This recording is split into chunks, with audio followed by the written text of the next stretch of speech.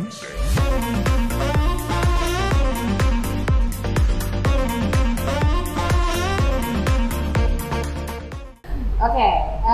sekarang kita ke yang si perempuan ya. Nah, oke, nah kalau perempuan itu kalau saya memberikan orgasme palsu saat bercinta, apakah itu juga anesthetic? Kalau kebanyakan Itu domestic aja gak sih? iya sih, it's a mistake ya. Lebih mistake karena gini, ada beberapa perempuan memberikan faking orgasm out karena dia pikir itu memboosting harga dirinya si laki-laki. Jadi udah lama proses senggamanya terus dia kayak ini anak-anak juga gitu ya, tapi kayaknya dia udah kecapean, kasian gitu ya. Gitu. Tapi gue belum dapat orgasm nih gitu ya, so harus like pura-pura that's it. Udah, padahal belum dapet. Oke.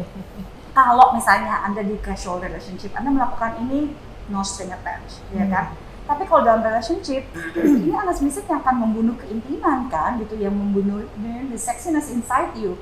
Bayangkan kalau misalnya Alia masakin gue makanan gitu ya, terus makanannya itu nggak enak, terus gue bilang enak, oh lu mau lagi mbak? Pasti kan dia nggak ngasih gue lagi, gue masakin lagi ya, yang banyak, porsinya lebih banyak. Iya, porsinya lebih banyak lagi.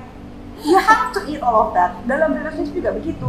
Jadi ketika kita memberikan faking orgasm, laki-laki tuh berpikir bahwa itulah cara membahagiakan kamu. Dia kan ngasih itu terus. Wah kan kita nanti it doesn't work. Baby mau beli GPS-nya, G-spot positioning system. Kan susah ya.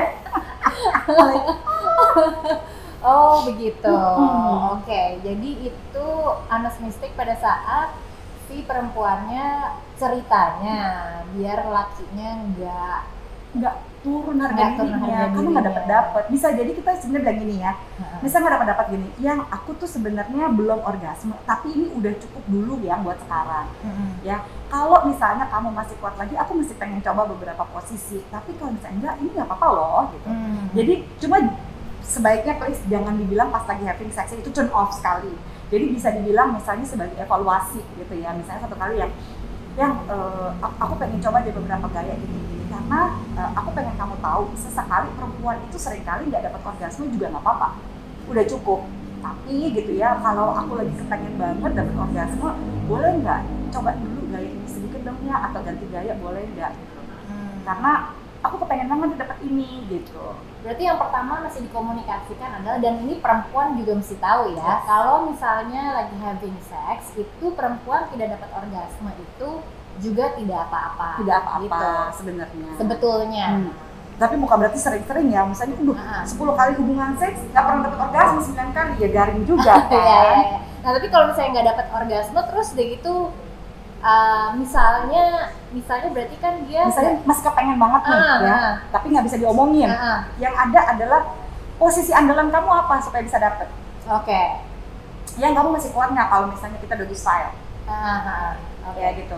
Nah kalau lakinya udah kecapean, usahain kita yang jangan males, kita woman on top. Itu ngasih space buat si lakinya juga untuk untuk istirahat ya, istirahat sedikit. Terus dia juga bisa ngeliat visual kita kan. Iya. Cuma jangan yang tangan kamu jangan gaji buta ya, taruh kayak di belakang sini, taruh kayak di dada, terserah gitu. But you can try. Gaji buta ya. Gue paling males kayak gitu. Nyot tangannya kerja. Atau ya pakai side press. Ya. Cypress di dalam paha. Kita tuh suka triki-triki gitu sama Adi ya. Lu coba deh cypressnya taruh dalam paha begini. Oh serius lu mbak? Lu coba dulu baru lu kasih tau gue lagi. Ya beli cypress. Yes. Ini juga ada yang buat di tempat tidur. Sensation. Yes. Nice. Nah, kalau misalnya istrinya, ini yang anesthetic mungkin yang paling juga gampang terjadi ya, tukang ngatur. Itu akan banyak sekali anesthetic-nya kali ya. Itu kayak gimana tuh? Para istri yang sering bosi dan tukang ngatur gitu ya, well we feel you gitu. Kenapa? Karena sebenarnya kalau kita tukang ngatur, kita tuh banyak ketakutannya. So coba yuk kita contemplate sedikit, apa sih yang bikin kita, what scare us the most, apa sih yang bikin kita takut, itu akan membantu kita banget untuk bisa mengkomunikasikan ini sama pasangan kita. Like, Aku takut kalau misalnya, aku takut telat. Aku takut kalau misalnya rumah jadi berantakan karena ini nggak dibenerin. Aku khawatir masa depan anak jadi kayak begini kalau kamu beli mainan ini gitu. Aku takut ini. Jadi ketakutan itu kan adalah wajar. Nah, kita coba komunikasiin dengan cara express to our partner apa ketakutan itu, karena apa gunanya sih menikah kalau kita nggak berbagi? It's part of berbagi loh. Seringkali perempuan suka ngerasa, udahlah nggak usah diganggu suaminya, kita bikin aja sendiri. Abis itu kita exhausted kan? Iya. Nah, tapi yang paling umum yang terjadi adalah memang kan kayak opposite attract ya. Kan katanya relationship itu juga opposite attract. Ini si tukang ngatur ketemu sama yang suka diatur. Iya dong, ya kan? Iya. Nah, kalau seperti itu bagaimana gitu? Apakah ya udah memang suaminya suka diatur atau istrinya memang suka diatur, jadi emang emang ya begitu aja adanya, nggak apa-apa dong, it's not an honest mistake gitu. Apakah seperti itu atau bagaimana? My God, I love this question. Aku banyak dapat klien yang seperti ini ya. Nah, mereka sampai ke tempat aku konseling gara-gara apa? Gara-gara di satu titik dalam kehidupan rumah tangga mereka, si perempuannya exhausted mengatur, dan lakinya udah kebiasaan enak diatur. Iya. Terus mereka pengen cerai gitu ya, kebanyakan ya pasangan-pasangan yang datang dengan problem seperti ini pengen divorce karena di satu titik dalam hidupnya mereka ngerasa dia nggak laki banget mbak, begini lah. Aku kan selalu nanya, waktu baru nikah dulu tahu nggak? Iya, soalnya dia tuh nurut aja sama aku tuh seneng gini. Iya, dia tetap nurut, tapi kan sebenarnya kamu nggak bisa loh begini terus gitu. Especially kalau misalnya Anda adalah leader di tempat kerja Anda atau di lingkungan sosial Anda perempuan dan Anda leader, kalau Anda dengan laki-laki yang nurut aja, itu agak bahaya karena there's some point in your life you feel tired untuk make a lot of decision. Anda butuh suami Anda untuk melakukan itu gitu. Jadi ya shift the relationship, shift the energy in your marriage gitu. Dengan bilang, yang can you take over this? Help me gitu ya. Memang pasti susah lah, orang udah biasa. Kan biasanya kamu, kan gak apa-apa. Pasti ada yang kayak begitu, dan laki-laki juga ada yang santai-santai aja begitu. Ya terpaksa. Kalau buat gue, jangan divorce. Usahain dulu shifting the energy, which is so freaking hard. Nah, kalau itu kan yang udah mau divorce ya. Bagaimana kalau sekarang ini masih di dalam pernikahan gitu ya. And then mereka merasa oke dengan keadaan ini gitu. Apakah ada sesuatu, emang pokoknya kita mesti ada variasi aja gitu atau bagaimana gitu? Apakah nggak apa-apa dengan si tukang ngatur dan yang suka diatur ini terus seperti itu gitu? Apa yang mesti mereka lakukan gitu sekarang? Pokoknya sekarang pastiin aja bahwa itu nggak apa-apa. Ya kan? Kamunya nggak apa-apa nggak ngatur terus. Pasti kan ada satu titik capek. Gitu ya. Keluhan-keluhan itu kan biasanya ada. Gitu ya. Nah, itu yang harus dipikirkan. Kalau misalnya itu membuat nyaman, udah. Kalau enggak, jadi yang harus dicek adalah sekarang kita harus ngecek apakah kita happy dengan keadaan sekarang ini ya. Beneran happy ya, ikhlas ya. Yes. Oke. Begitu ya. Jadi kita harus ngecek dulu pokoknya intinya apakah kita happy dan oke dengan diatur, atau kita juga apakah kita feel oke dan happy dengan kita mengatur. Oke, tadi kan fake orgasm ya. Nah, kalau sekarang adalah kalau misalnya si lakinya gagal dalam performa seksual dan gak bilang. I love this. Itu sebenarnya lebih sering kali misalnya ya, dalam misalnya ini terjadi dalam kehidupan seks lo, gitu ya. Terus laki lo gagal ereksi, gitu ya. Kan yang dramanya di dalam kehidupan mereka adalah laki-laki itu disfungsi ereksi, gagal mempertahankan kekerasan penisnya, ejakulasi prematur, ya di bawah 3 menit, atau udah lama hubungan seks terus nggak bisa ejakulasi, jadi nggak bisa orgasme, jadi terjadi delay ejaculation, ejakulasi tertunda. Terus jeng, ya kan, ranjangan, kebayangkan ya si friends ya, what would you do? What would you do misalnya terjadi ini? Ada 2 hal kan ya, ada dia bohong, dia bilang dia capek, dia capek, ya kan? Atau dia bohong, dia ceritanya udah dapet gitu, padahal nggak bisa gitu kan? Karena kalau nikah kan nggak pakai kondom nih, jadi kan ya nggak ketahuan juga, nggak Iya, semuanya keluar kan. iya betul. Kalau pakai kondom kan kadang-kadang, wah buru-buru lari ke kamar mandi begitu kan. Dia nikah tapi tetap pakai kontrasepsinya kondom karena kontrasepsi lain alergi gitu misalnya. Itu susah tuh. Nah, gini, ketika terjadi hal seperti ini dalam rumah tangga, honest mistake yang sering kita lakukan adalah kita biasanya membahas masalah itu di ranjang per se. Oh mungkin kamu capek kali ya, kamu habis ngapain, mungkin ini kamu kayak begini kali ya. Terus dua-duanya figure it out tiba-tiba, oh mungkin karena aku lagi banyak pikiran ini kali itu ya gitu. Please. Itu nggak boleh? It kills the intimacy. Jadi gini, pada saat terjadi masalah, cukup dengan recognize, oh oke, gitu ya. Emang nggak enak ya. Memang ini ya, bukannya nggak enak tapi misalnya, aduh, sorry gitu ya. Ternyata jadi kayak gini gitu. Kamu nggak apa-apa. Pertama make sure dulu dia apa-apa enggak. Ya pasti dia apa-apa. Cuma kan izinkan dia untuk ngeluarin unek-uneknya dikit dulu ya. Kamu nggak apa-apa, gitu ya. Aku nggak tahu nih aku kenapa gini-gini. Oh oke, gitu ya. Kamu masih ingat nggak? Coba alihkan dulu karena kalau dibahas saat itu juga yang pasti akan jadi panjang. Udah pasti dijamin dan besok-besoknya nggak akan bikin tambah masalahnya selesai. Oke, nggak menyelesaikan masalah juga sebetulnya. Itu biasanya makin memperpanjang, makin mengemaskuliti si laki-laki tanpa si laki-laki sendiri pun sadar. Gitu ya. Jadi akan dragging terus habis itu kan krik gitu. Oke, kamu capek. Gitu kan. Yang bisa dilakukan adalah gini. Hasrat seks. Sex drive itu sebenarnya salah satu faktor yang cukup besar adalah faktor psikologis kan. Ya. Kalau laki-laki maupun perempuan? Laki-laki maupun perempuan. Oke. Laki-laki nggak sadar aja. Nggak mengaku aja. Mengaku aja, gitu ya. Kecuali Anda memang punya masalah disfungsi ereksi yang memang harus diobatin gitu dengan obat-obat merek dagang ini itu gitu ya. Tapi kalau misalnya ini adalah masalah feelings gitu ya, yang seringkali sebenarnya nggak bisa diobatin juga dengan obat-obatan disfungsi ereksi lainnya gitu ya. Aku sebut deh merek dagang disfungsi ereksi Cialis, Viagra, Levitra dan teman-temannya. Ya, aku nggak percaya herbal by the way, gitu ya. Jadi ini pada obat-obat seperti ini. Nah, obat-obat seperti ini sering digunakan oleh para laki-laki untuk mengobati perasaannya, terutama bagi laki-laki yang mengalami impotensia parsial, impoten mabininya tapi nggak sama perempuan lain. Ya, itu nggak bisa by the way friends, oke? Nah, ketika Anda mengalami masalah ini di ranjang, lagi anak-anak main tiba-tiba turn off atau dari awal nggak bisa ereksi, ya itu nggak bisa juga semerta-merta dengan membeli obat. Jadi yang bisa dilakukan adalah gini, kamu mencoba meretrieve pengalaman-pengalaman menyenangkan sebelumnya. Ya. Kalau in my case, pada waktu tidak terjadi itu, and you know that story, right? Gitu ya. Apapun kasus sebelumnya, tapi yang aku lakukan pada saat itu adalah aku cerita sama Lia.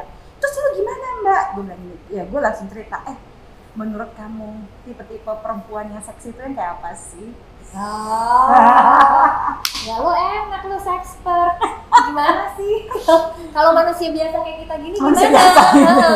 Ya kalau misalkan itu kan pertama pasti kita akan susah. Jadi ya lo langsung meretrieve. Kalau misalnya kalian ada pasangan suami istri lebih mudah sebenarnya. Kalian bisa mengenang momen-momen lucu gitu misalnya. Pertama kali mencoba posisi ini di bathtub. You know, kan? All the weird things gitu ya. Or when you were having sex in the car with your husband gitu ya. Jadi kita cerita kayak gitu. Kamu masih inget nggak waktu kita coba-coba sampai kita keselip-selip gitu di mobil. Terus kita bingung kok orang ada ya yang bisa having sex di mobil. Iya ya. Jadi kita langsung cerita kebodohan-kebodohan kita yang sexually. Biasanya kalau kalian berhasil mengatasi masalah ini dengan cerita-cerita lucu, tunggu deh kira-kira 10-15 menit itu bisa turn on loh. Bisa terangsang. Jadi intinya adalah cek dulu, just check are you okay atau enggak, gitu ya. Kalau karena orang butuh divalidasikan perasaan. Betul ya, jadi bukan cuma toddler aja yang perlu divalidasi emosinya ya, orang dewasa juga, oh my god. Jadi divalidasi dulu emosinya, are you okay. Kalau misalnya dia ada mau kayak blar, unek-unek ya udah gitu ya. Terus begitu kalau misalnya udah nggak usah kasih mungkin ini, mungkin itu, mungkin analisa itu nggak Iya. perlu ya. Orang gue aja mesti sekolah buat bikin analisa. Betul. Jangan jadi seksualnya ranjang ya. Betul. Don't. Jadi langsung aja alihkan dengan cerita-cerita lucu Yang mungkin benar-benar pernah pernah kejadian gitu ya, yang memang fun memory, yang Fun happy memory. memory antara kita berdua, antara kita pasangan suami istri gitu ya, bukan sama pasangan yang lain Oh, ya. lain, gak ketuker ya. Bisa jadi kayak gini, nah inget nggak ya waktu kita coba iseng-iseng kita ciuman waktu kita lagi nonton bioskop, terus kita jadi horny, ih parah banget ya waktu itu, you know. Oke, All the fun like that. Iya, iya, Biasanya tuh 10-15 menit itu akan turn on, Oke. langsung terangsang. Iya. Terus apalagi kalau punya shooteran, Oh cypress. iya. Kalau yang itu jadi kita punya oil yang untuk Seksual banget ya, yang aku sebutnya adalah oil malam Jumat ya. Kan nggak ada ya si sensation. Nggak Gara-gara ada. dia tuh kita jadi rusuh, tuh kita beli sensation, ternyata dia juga ikutan beli. Iya. Jadi ada sensation and cypress. Jangan cuma di diffuse ya, Nah. kalau oil kayak gini rugi, bener-bener Iya. pakai topical. Betul, karena ya apa namanya kan yang tadi Mbak Zoya bilang, semua drive, sexual drive itu dari psikologi kan, dan itu asalnya dari perasaan. Iya. Sehingga ya si oil ini adalah untuk memancing perasaan kita yang happy dan Iya. fun dan yang sensual gitu, untuk kita bisa dapat si sexual drive itu. Jangan lupa sih friends, kita itu punya 5 panca indera, Hmm. ya kan? Ini 5-5-nya itu sensori loh, gitu ya. Satu, sense of ini peraba, ya. Jadi seluruh kulit kita itu adalah zona erotis, terutama buat perempuan itu adalah zona erotisnya dia. Dan yang satu lagi adalah mata, ya. Kebanyakan laki-laki memang lebih visual, tapi why not? Kita juga suka kan hal-hal visual, gitu ya. Iya. Terus pendengaran, makanya desahan pada saat bercinta dan segala macam itu membantu, gitu ya. Jadi mesti dimanfaatkan nih ya. Udah apalagi terus pengecapan, makanya kadang-kadang beberapa kali aku suka bercanda sama Ali, sekali-sekali misalnya gitu ya, bagi yang mau memberikan oral seks atau misalnya cuma mau mencium-cium tubuh pasangannya, coba deh lu kulum es batu dulu baru lu ciumin pasangan lu, kan sensasinya dingin, terus itu minum teh panas gitu ya, kayak gitu-gitu itu seru loh, itu adalah pengecapan, indera pengecapan. Dan yang sering kali dilupain orang adalah indera penciuman, ya mungkin bagi orang yang gue nggak suka wangi-wangi, lo bisa diffuse ya sensation gitu, or hilang-hilang. Gitu ya, itu benar-benar sensasi romantis. Tapi lebih penting lagi itu ketika digosokin topically, karena itu selain wanginya menambah sensori dari pituitary gland manusia gitu ya, itu juga membantu untuk menambah dorongan gitu ya. Jadi orang bisa pakai yang lain-lain, bisa pakai penglihatan, pakai lingerie gitu. Kenapa penciuman jarang diperhatikan? Iya. Dan dan kalau sutran itu tuh wanginya tuh laki banget itu ya. aku belum pernah nyoba sih, enak banget ya. Gitu. Sutran sama ini Idol balsamic fir. Itu enak ya? Lu nyoba belum waktu itu yang gue punya? Belum, masih sempat waktu itu. Enak ya? Itu laki banget ya. Gue kalau nyoba itu kayak langsung. Nah, tapi emang bener. Jadi emang pada saat gue pakai essential oil gitu ya. Ini based on my experience banget ya. Itu pada saat si bau-bauan floral gitu ya, itu emang mengangkat mood gue. Yes. Ya kan? Dan pada saat gue mencium bau-bau yang maskulin dari essential oil yang dipakai oleh suami gue, itu membangkitkan hasrat seksual gitu dari pada saat kita sedang having sex gitu. Dan lo tau nggak ya, ini bagi semua perempuan juga ya, ketika Anda sedang ovulasi ya, biasanya Anda akan lebih punya dorongan seksual yang lebih besar kepada laki-laki yang bentukannya maskulin. Nah, kalau misalnya laki lu bilang itu aja gitu ya, kan versi maskulin ininya kan beda-beda ya. Ya, you can be more attractive to your spouse ketika mencium bau-bauan maskulin sebenarnya dari pasangan. Oh gitu ya? Iya. Kalau misalnya bagi gue yang single kayak gue gitu kan ya, kalau ngeliat aduh kenapa gue ini cowok-cowoknya yang kotak-kotak semua nih, oh gue kayaknya lagi ovulasi nih, gitu. Gitu ya, oke. So itu bisa dicoba juga untuk pasangan suami istri yang pengen sensasi dari penciuman. Oh ya, by the way, kenapa gue selalu menyarankan Habitami? Karena Alia itu tidak pernah, kalau buat gue ya, gitu, dia nggak pernah, even buat gue sendiri dia nggak pernah menyarankan sesuatu yang gue nggak butuh gitu ya. Jadi kan gue paling sebel kalau misalnya gue mau beli essential oil, beli ini aja. Itu bukan karena bukan masalah itu, gue kesel gitu. Jadi something that I need sama something yang gue pengen beli aja. Iya, betul. Alias selalu kan nanya, Mbak, lu lebih butuh yang mana dulu? Kalau gue sih nyaranin yang lu butuh dulu gitu ya. Despite of harganya berapa dan gimana gitu. Kalau misalnya kebutuhan lo itu memang seperti itu, why not gitu. That's why kenapa gue senyarankan lo ke Agitami aja deh, karena lo bisa bener-bener konseling sama Alia gitu buat you need, apa yang lo butuhin gitu, stuff like that sih. Dan biar jamin atau asli, karena gue berapa kali beli di online gitu palsu padahal harganya sama gitu, atau harganya kadang-kadang lebih murah kan, ngeri banget nggak sih lo? Iya, itu pasti lebih murah dari, tapi itu nggak boleh loh Mbak sebetulnya jualan marketplace ya. Nah terus begitu kalau misalnya Z-Friends beli itu bisa lihat Mbak Zoya, tapi kan ya tentunya kan ibu ini kan sangat sibuk ya. Nggak akan ngeliat gue juga, udah lah beli aja kesana nanti Alia akan ngarahin. Yes, tapi you guys akan menjadi membernya Mbak Zoya. Yes. Gitu. Oke. You can do that. So next adalah, nah kita udah mau pertanyaan-pertanyaan terakhir nih ya.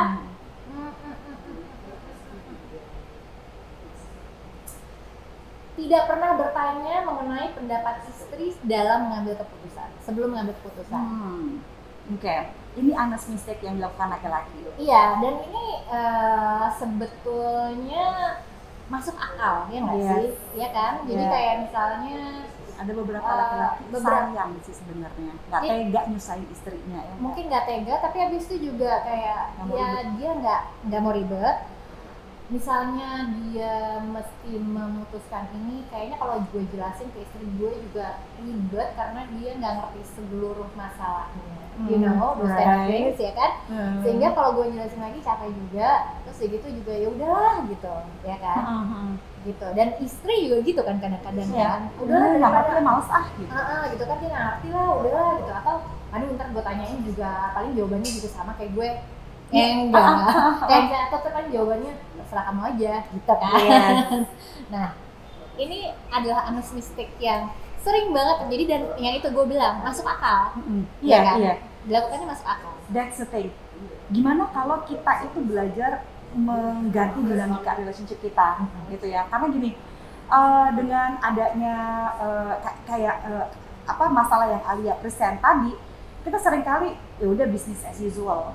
Tapi gini, kamu bisa bilang dengan cara ini, yang aku mau menginvolve kamu, gitu ya, karena sebenarnya pendapat kamu itu penting. Mungkin nggak sepenuhnya kamu ngerti masalahnya, tapi sebenarnya nih ya, setiap laki-laki ya, kebanyakan tuh mereka tuh seneng loh kalau bisa ngejelasin dan menempatkan istrinya di posisi yang setidak-tidaknya cukup paham gitu loh tentang problem ini. Gini, kenapa aku sangat mengencourage hal ini? Kelihatannya simple, karena banyak sekali terjadi office affair, ya, para suami atau istri itu selingkuh dengan teman kerjanya karena merasa bisa lebih dimengerti. Sebenarnya kan ketika terjadi seperti itu, kita nggak bisa dong bilang, ya bini gue nggak ngerti sih, suami gue nggak ngerti. Pernah nggak you put your position gitu ya, if the table is turned, kenapa kita nggak ngajak mereka untuk ngerti? Karena kita males kan gitu. Ya benar yang Arya bilang, emang kayak ya entar juga dia bilang kayak gini, paginya bilang kayak gitu. Sekarang gini deh, cinta itu cari cara loh Z-Friends, bukan cari alasan. Cinta itu cari cara, bukan cari alasan. Keren banget, oke. Bezik. Pasti susah, emang capek menjelaskan sesuatu yang nggak ngerti kayak gini ya.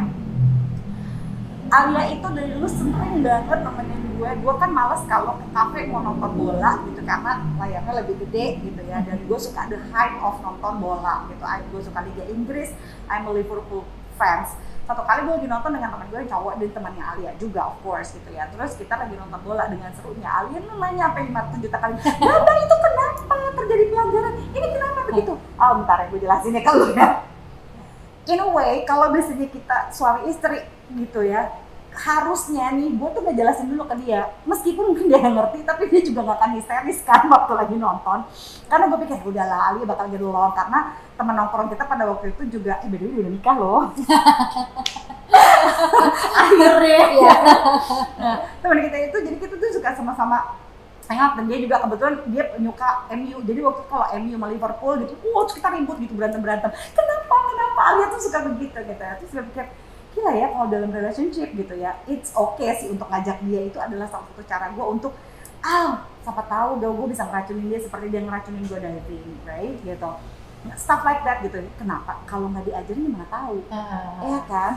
Dan beberapa kali juga kalau teman-teman diving kita yang pasangannya nggak ngerti, kita suka gini, racunin dong bini lo, racunin dong suami lo untuk ikutan gitu. Kecuali dia punya masalah kayak blood pressure atau apa yang mungkin pengaruh. Kalau enggak, kita mesti ceritain asiknya, you know, the fun of it itu apa gitu. Nah, tapi keputusan-keputusan yang seperti apa yang bakalan jadi honest mistake pada saat itu diputuskan sendiri, dan itu memang masuk akal untuk diputuskan sendiri, tapi sebetulnya harusnya nanya ke istrinya dulu.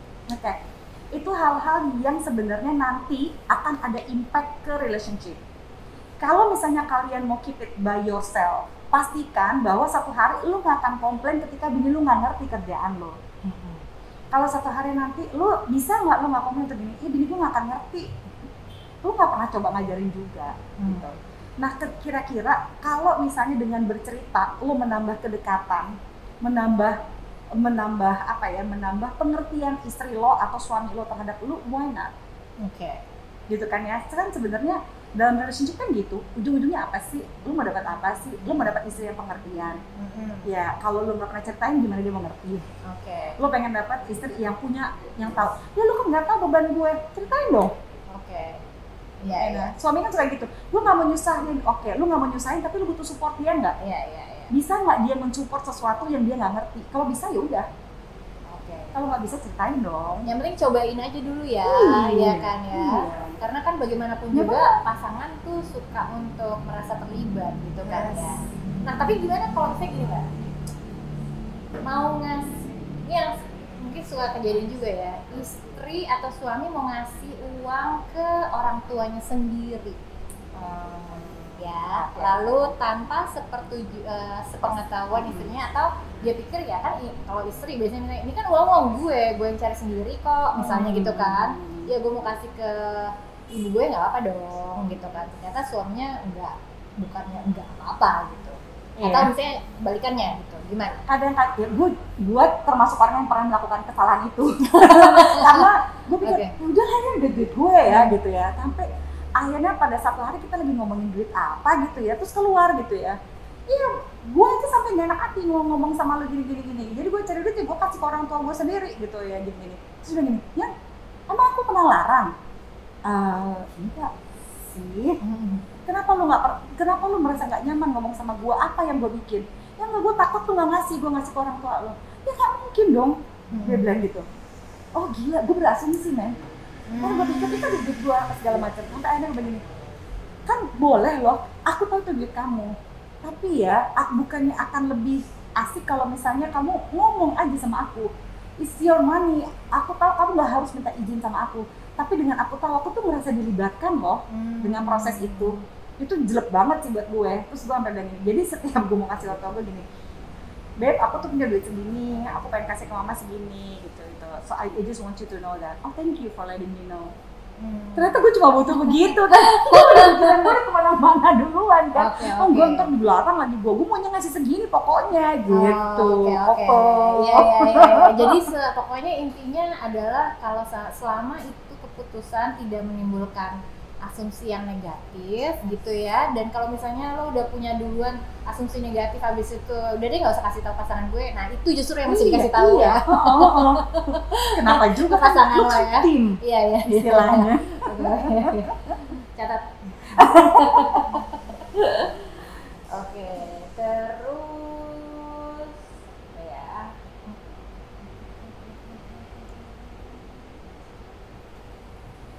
Oke. Mukanya bahagia banget. Ya, ini adalah pertanyaan yang dari laki-laki yang terakhir ya. Berhubungan seks di saat stres untuk melepaskan ketegangan, bukan karena ingin bersenang-senang berdua. Ya. Ini tuh sebetulnya ya kan namanya suami istri ya, gitu ya. Kita saling membantu. Ya kan. Cuman ini ternyata adalah salah satu honest mistake ya, gitu. Karena ya kadang-kadang memang kayak misalnya ada gitu ya temen aku yang pernah cerita, ya apa namanya, aduh untung ini di saat kayak gini untung hubungan gue sama apa namanya sama suami gue masih oke lah gitu. Jadi meskipun stres tapi ada our sexual life masih oke gitu kan. Nah itu kan berarti salah satunya adalah hubungan seks yang untuk melepaskan ketegangan tuh ya gitu, hanya untuk melepaskan stres itu juga honest mistake. Yes. Iya. Karena gini, aku tahu banyak laki-laki yang ketika stres dia pulang lalu dia bercinta sama istrinya, ya kan? Apalagi pada masa pandemi ini, ya ketika banyak work from home, there's a lot of stress in the house, right? Ya. And tanpa sadar banyak laki-laki yang melakukan hubungan seks berdasarkan stresnya ini. Tahu nggak yang terjadi sama perempuan? Ketika Anda bercinta, ya kan, you take love to make love, tapi Anda cuma melakukan segama kan sebenarnya ketika Anda dalam kondisi stres. Kebanyakan perempuan itu merasa cuma dipakai doang loh, Al. You feel like gue cuma kayak dipakai doang ya, tapi you cannot really feel it gitu. Kita berasa cuma kita ngerasa kayak, tapi kan kita udah nikah ya, lalu kita memaklumi perasaan-perasaan itu. Meskipun pada saat having sex itu perempuannya atau istrinya itu orgasme. Orgasme itu adalah tanda enak secara biologis, bukan tanda enak secara psikologis. Karena kalau itu orgasmenya berarti dia mendapatkan pleasure, tapi pleasure itu belum tentu satisfaction out. Satisfaction itu berarti dia mendapatkan kenikmatan fisik dan kenikmatan psikologis. Berapa banyak kita kan bisa menikmati kenikmatan fisik. Kita lagi nggak kepengen juga kita bisa having sex, tapi kita happy nggak? Kita berasa disayang nggak? Nah, kebiasaan-kebiasaan ini akan membuat laki-laki merasa entitled ketika dia stres, bininya harus mau melakukan hubungan seks. Itu kan akan jadi bahaya dengan asumsi seperti ini. Ketika bininya nggak siap, banyak laki-laki jadinya nggak mau usaha untuk pemanasan. Karena dia pikir, I just wanna having sex with you, you know. Udah deh, bikin aja gitu ya. Lo ngapain sih susah-susah banget pakai mesti diin dulu, pemanasan dulu, ribet banget sih. Lo jadi punya alasan bahwa gue lagi stres, gue harus melampiaskan ini ke lo.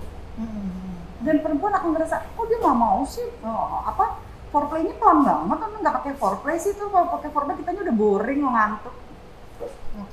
That sucks. Nah jadi gimana bahaya latensi itu? Bahaya latensi karena kan gini, apalagi pandemik seperti ini gitu kan ya, level stres sangat tinggi, banyak yang di PHK, banyak yang bisnisnya berubah, gitu kan, menurun drastis dan sebagainya.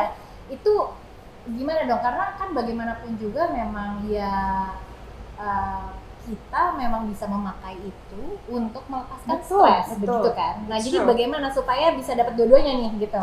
Pertama-tama, kalau memang kalian dalam kondisi stres, laki-laki itu mesti belajar untuk mengungkapkan itu dulu. Yang aku stres banget, peluk aku dong. Please laki-laki, please ya, jangan pernah gengsi untuk meminta afeksi dari istri, ya. Please gitu ya, kayak misalnya yang I need your hug. Kalian gak harus ngejelasin kenapa kalian perlu itu, kalian gak harus menjelaskan kenapa kalian stres. Minta sama istrinya, peluk aku dong. Dan istri jangan bawel untuk nanya-nanya. Kenapa? Peluk aja sih, nggak rugi juga, nggak jadi jatuh miskin kan. Ya please cooperate. Jadi laki-laki udah deh, no question asked. Kalau istri masih nanya-nanya, kasih lihat video ini, ya.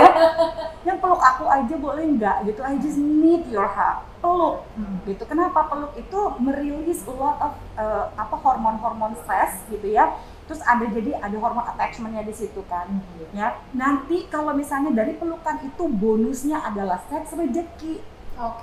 Ya, sehingga ini berlanjut kepada satu masalah yang juga cukup penting, bahwa it's okay to feel untuk berasa lagi nggak kepengen berlakukan hubungan seks.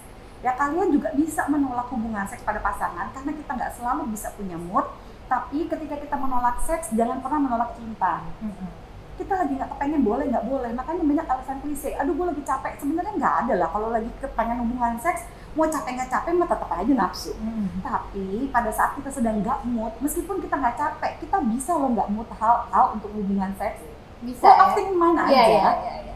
lagi not into it aja gitu, Hmm. manusiawi. Tapi pada saat itu yang boleh nggak pegangan tangan dulu, kita pelukan dulu. I just not really in the mood for sex. For some reason, bisa jadi kita nggak capek tapi kita nggak mood, boleh loh. Oke. Nah, itu akan memudahkan untuk kita melakukan hal itu. Biasanya kita jadi mood kita jadi enak karena kita merasa disayang, divalidasi perasaan kita, Oke. diizinkan untuk nggak kepengen seks dulu. Itu biasanya malah kejadian, bonusnya. Hmm. Kalaupun enggak, bisa bilang yang pokoknya nanti kalau aku mood, aku yang inisiatif ya. That's fair, right? Jadi jangan dimaklumi stresnya, ya. Stres itu dikelola, stres itu ask your partner untuk ease your feelings, jadikan dia bagian dalam kehidupan kita, seperti dia memang harusnya jadi bagian dalam kehidupan kita. Ya, gunanya punya partner adalah membantu to help your feelings gitu ya, membantu memberikan hormon-hormon oksitosin dan endorfin lewat pelukan gitu ya. And why not? Oke. Gitu. Jadi kita harus bisa memisahkan antara cinta dan seks. Ya kalau kita mau mendapatkan semuanya. Oke. Jadi meminta seks untuk merilis stres, yes atau tidak? No. No. Jadi enggak ya? Rilis stresnya dulu, Oke. bonusnya seks. Ya kan kalau udah dirilis kan istrinya pasti seneng. Iya, iya. Gue dibutuhin. Nah, tapi kalau misalnya lagi pandemi seperti ini kan stres berkepanjangan. Iya. Nah, terus jadi bagaimana dong? Apakah tidak One bisa feeling at a time kan. one feeling at a time? Jadi laki-laki pada saat pandemi ini adalah waktu yang tepat untuk belajar membahas mengenai stresnya. Kalau enggak, semua stres-stres yang sebelumnya kan numpuk ya, Al, ya. Oke. Kita juga biasanya kita kerja sendiri-sendiri ini begini gitu ya. Meskipun kita misalnya kayak lo sama Aris gitu ya, kerjanya juga di sini-sini aja kan gitu ya. Kalian mungkin nggak terlalu drastis berubahnya. Tapi stres is stres kan. Iya, Lo mau iya. kerja keluar ataupun lo mau kerja di rumah dari dulu, tetap Iya, aja ada iya. stresnya. Iya, iya. Nah kita biasakan mengelola itu yang tadinya kita business as usual aja. Oke, jadi intinya kalau kita mau having sex, not because of releasing stress, tapi kalaupun we want memang to express stres, love, kan? ya kita harus aware banget untuk having sex ya tetap karena kita mau intimacy dengan pasangan Intimacy, gitu ya, bukan karena jadi kita mesti consciously banget tuh ya berarti ya Mbak ya. It's very difficult juga tuh kalau di zaman sekarang ini kan. Iya benar. Gitu. Kita mesti Soalnya kalau kita cuma bener-bener ini stres nggak akan enak sih, akan berasa kayak cuma dipakai doang sama pasangan, males kan. dan mungkin juga bisa berakibat jadi gini, begitu dia mau rilis stres habis itu dengan seks, terus begitu masih tetap stres, Yes. tambah stres kan? Iya. Sih jadi kayak Get it? jadi kayak ada masalah baru gitu kan, gitu loh. Kok gue udah having sex tapi masih stres Kenapa gitu? gue masih stres? Gitu kan berarti apa That's right. apa ada yang salah dengan hubungan gue? Jangan-jangan kayak Nah, gitu malah tambah gitu kan ya? Iya, Oke. itu intinya. Oke, so no ya. No having sex because of releasing stress. Oke, mau laki atau perempuan ataupun suami atau istri ataupun tidak, itu pokoknya enggak. Yes. Oke. Oke, nah kita udah mau ke yang terakhir nih. Oke. Nah, menggantungkan kebahagiaan diri pada pasangan. Oke. This is very tricky. Ya, kebanyakan yang melakukan ini, kalau ini aku nggak pernah melakukan penelitian, tapi ini ada dalam konteks konselingkuh. Ya, banyak sekali yang melakukan ini perempuan. Dia ketika dia capek bekerja, dia pengen nikah. Dia pengen nikah karena dia pengen bahagia, gitu ya. Seolah-olah tujuan hidup dan cita-cita di dunia ini adalah menikah. Dan kalau menikah udah pasti jaminan bahwa kita akan bahagia. Oke. Ya, terus habis itu ketika kita nggak bahagia, kita menyalahkan pasangan kita. I'm not happy, ini pasti salah kamu deh, gitu ya. Dan budaya patriarki juga nggak nolong banget dalam kasus ini, Al, gitu ya. Budaya patriarki itu adalah kalau sampai seksnya nggak enak, itu salah lakinya. Like, we don't try sampai ke Anda juga paham nggak bagian tubuh Anda yang ini ya, yang zona-zona erotis Anda tahu? Anda tahu di mana bisa posisi apa yang bisa merangsang G-spot nggak? Anda tahu di mana klitoris? Tahu nggak klitoris itu juga berguna untuk memberikan orgasm? No, tapi kan salah laki aku. Nggak bisa gitu. Jadi gini, bagi yang belum menikah ya, itu bisa belajar gini. Menikahlah bukan karena ada kesepian, menikahlah bukan karena umur gitu ya. Menikahlah karena cinta. Gitu. Aku tahu ada urusan biologis dan segala macamnya. We are so complicated. And you've been there. Aku tuh pernah marah sama salah satu saudaranya Alia, lagi ada pesta kawinan orang lain gitu ya, terus omnya datang, Alia, kamu nggak mau nikah? Aku yang nyemprot omnya. Om jangan begitu dong gitu ya. Ini kan bukannya Alia nggak mau, Alia juga mau, tapi kan please deh gitu ya. Something like that gitu. So it was ketika kalian itu, nah ketika kalian ada di dalam rumah tangga dan kalian gak bahagia, coba figure it out kenapa gitu ya. Ketika kita merasa bahwa kan harusnya kan aku bahagia kalau nikah sama kamu, harusnya kan begini, don't do that gitu. Itu tidak akan membuat kita bahagia, kita akan tambah miserable gitu ya, dan kita nggak bisa work things out kan jadinya nanti sama pasangan. Oke, jadi itu poin yang penting banget sih untuk, nah kalau misalnya udah menikah terus udah gitu tiba-tiba merasa seperti itu baru sadar gitu. Iya, baru sadar. Iya kan? Jadi menikah karena apapun alasan itu, karena disuruh orang tua mungkin gitu ya. Jadi pokoknya menikah bukan karena cinta lah, tapi dia baru menyadari kan honest mistake itu kan adalah dia melakukannya dengan niatan baik dong. Niatannya baik menikah sehingga baik, menikah, untuk membahagiakan orang tua gitu kan ya. Karena ini pilihannya orang tua gitu kan. Nah kemudian pada saat menikah ternyata tidak bahagia gitu. Terus gimana dong? Bisa jadi kita omongin ini ke pasangan kita yang I feel unhappy gitu ya. Ternyata gitu ya, aku pertama kita mesti berusaha cari tahu dulu. Tapi kalau kita mau, kita ajak pasangan kita yang aku nggak happy gitu ya, boleh nggak kita diskusiin ini gitu, karena I need to figure it out kenapa aku bisa se-unhappy ini. Kadang-kadang kita juga nggak tahu ya, it's okay juga kan for not knowing why, but feeling itu selalu benar. Feeling itu selalu benar ya? Perasaan tidak pernah salah ya, tapi bukan berarti dengan perasaan kita boleh membabi buta ya. Artinya gini, kita harus mencari tahu why we feel the way we feel. You know? Ketika kamu feeling happy, I know you must be unhappy, tapi kenapa? Yuk figure it out sama-sama. Kalau menurut aku, ajak pasangan supaya yang tolongin aku dong, aku nggak ngerti kenapa aku nggak happy ya gitu ya. I don't wanna blame you and I feel guilty gitu ya, karena aku juga nggak ngerti. Seharusnya kita, karena ada banyak pasangan yang kayak gini. Ini termasuk sebenarnya dalam toxic relationship juga, Al. Dimana lu bahagia, lu di dalam sebuah relationship tidak ada perselingkuhan, finansialnya cukup, ya kan ya, anak juga ada gitu ya, semuanya terpenuhi, tapi lu nggak happy, atau terjadinya biasa-biasa aja, tidak ada afeksi, seksnya juga datar, jadi segala sesuatunya datar, itu juga termasuk dalam toxic relationship kan, gitu.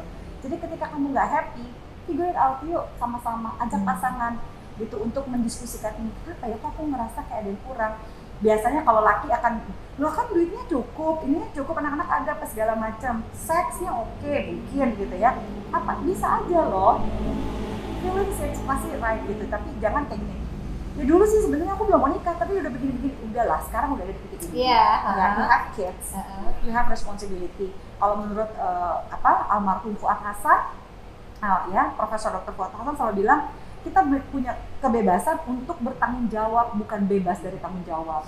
So sebagai manusia dewasa, yuk kita punya kebebasan untuk figure it out gimana supaya bikin kita bahagia saat ini dan ke depan. Ya, lu ngungkit-ngungkit kayak, dulu sebenarnya gue lebih cinta sama si ini sama pasangan gue. Ya udah, lu pasangan sama dia juga belum tentu lu happy kok. Ya kan, lu pasti akan ada drama. Bohong banget, mana ada pernikahan yang gak ada drama. Every relationship has a drama gitu ya. Udah, sekarang gimana caranya kamu bisa bahagia sama si pasangan ini dengan keluarga ini? Figure it out. Nggak mungkin nggak ada out. Nggak mungkin nggak ada ya. Oke. Tapi ya sekali lagi ya, cinta cari cara ya. Cari cara ya, bukan cari alasan ya. Dan kemudian seperti yang Profesor Fuad Hasan bilang, kita itu ya bebas untuk bertanggung jawab gitu ya. Jadi kebahagiaan itu ya jangan digantungkan ke orang lain. Kalau misalnya kita bilang gara-gara kamu aku nggak happy, ya tanggung jawab untuk happy atau enggak ya it's your responsibility gitu kan ya. Oke. So pertanyaan gue sih udah habis ya kan. Dari gelap sampai terang ini kita ya, dari gelap bayang sampai terang lagi nih. Iya, tapi ini menarik banget, dan honest mistake itu benar-benar sesuatu yang kita tidak sadari kalau itu sebenarnya bisa berdampak yang buruk gitu ya, dari sesimpel ngasih tahu jalan sama suami ya. Attachment, love, itu kan bisa bisa